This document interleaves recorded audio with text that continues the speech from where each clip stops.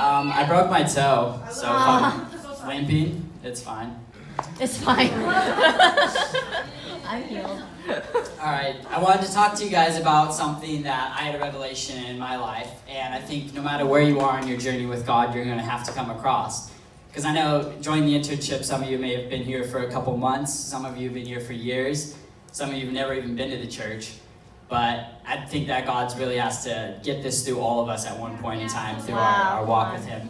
So the title of my message is God's Limitation. And I know we always are talking about like God's a limitless God, like we even wrote a song about it, and like He's like God Almighty and great, and that's completely true. But one thing that I've heard preached from stage and I've realized in my own life is the only person that could limit God is ourselves. And so this whole message is really based off this one quote, and it's God's only limitation is your expectation. Wow. Come on. God's God Almighty. He made the universe, the stars, everything, but the only limitation is you to do in your life is what you expect of Him. Because God moves on faith. Everything He does has to ride on faith, come through faith. And expectation is just faith. It's just trust in knowing that God's going to come through. So, I have a verse for you guys. It's in Matthew. It's Matthew 8:26. This is when the disciples were on the boat and the waters were going crazy and Jesus was sleeping. Yeah. So they went down and woke him up and brought him up, and they're like, Jesus, we're going to drown. So he replied to the disciples. He said, "You have little faith. Why are you so afraid?" Then he got up and rebuked the winds and the waves, and it was completely calm. So it's a bit of like a random verse, if you would say, to put to this limitation thing. But one thing I realized is what you speak is what you expect. Wow, yeah. And so as the disciples were in this boat and the waves are going crazy and stuff, they were freaking out. Not one of them stood up and rebuked the waves. Not one of them stood up and told it to be calm, because they didn't expect it to. And one thing I had to realize in my life is I had to speak and expect God to move on my behalf.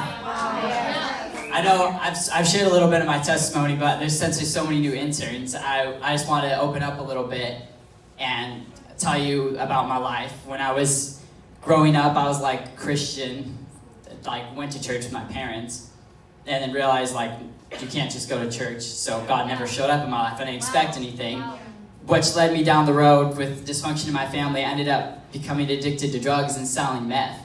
And I was actually caught up so quickly by this world of dysfunction and pain that I was so caught up, and I would think back of my days when I was younger, like, oh, it was so good when I used to just go to church. Like, I never even knew God really, but like, I just remember like having the thought of maybe He can use me. And it wasn't until God had to put people in my life and tell me that, actually, I am trying to use you, Johnny. I have an expectation for you. I've written your entire story in a book of life. You just have to expect me to come through. You just have to believe in yourself, knowing that I'll come strong on you.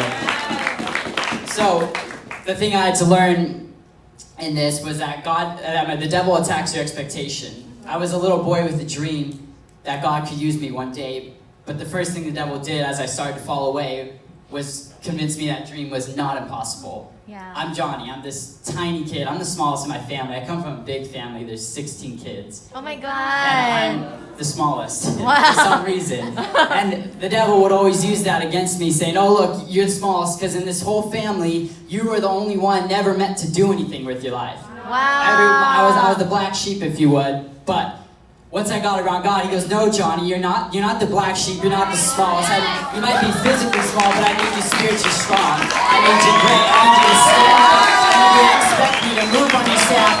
As the waves and the winds occur, I need you to stand up and I need you to rebuke it. In the name of Jesus, I need to bow its knee, because I'm going to expect my God to move on my half, to come down and do something in my life for the city, to the world, because that's what He's called me to do.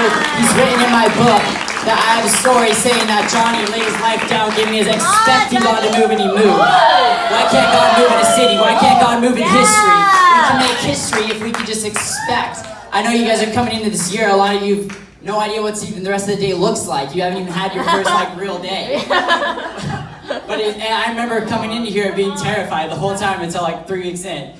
I had no idea what was going on. But I expected God to move on my behalf. I expected I'm not gonna waste a year Come of my life, on. 2 years, 3 years, right? 3 years, dude. 3-year internship. I'm not gonna waste this whole thing. I'm just doing the homework, just showing up. I want to expect God to move on my behalf. So by the time I come out of this, I'm equipped and ready to go on to the next mission God has called me to.